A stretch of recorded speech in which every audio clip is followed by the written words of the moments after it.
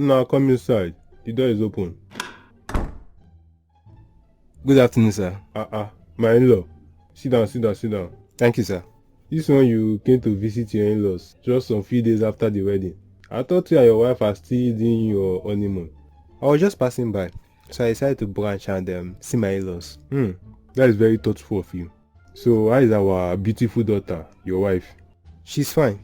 I mean, she's a little bit stressed out with all the stress of preparing for the wedding and back-to-back 6-hour snacking. But aside from that, she's doing fine. Wait. Did you just say 6 hours of knacking? Yes. Is it a marathon? What are you spending 6 hours there for? Mama Shiso? Yes? My in-law. Yeah, yeah. Mama Shiso, our daughter is in trouble. I don't understand. What do you mean our daughter is in trouble? He just told me that he spent 6 hours knacking our daughter. Can you imagine?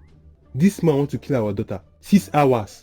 Papa Shiso, is that why you are vibrating? Instead of you to be happy, your daughter found herself a real man.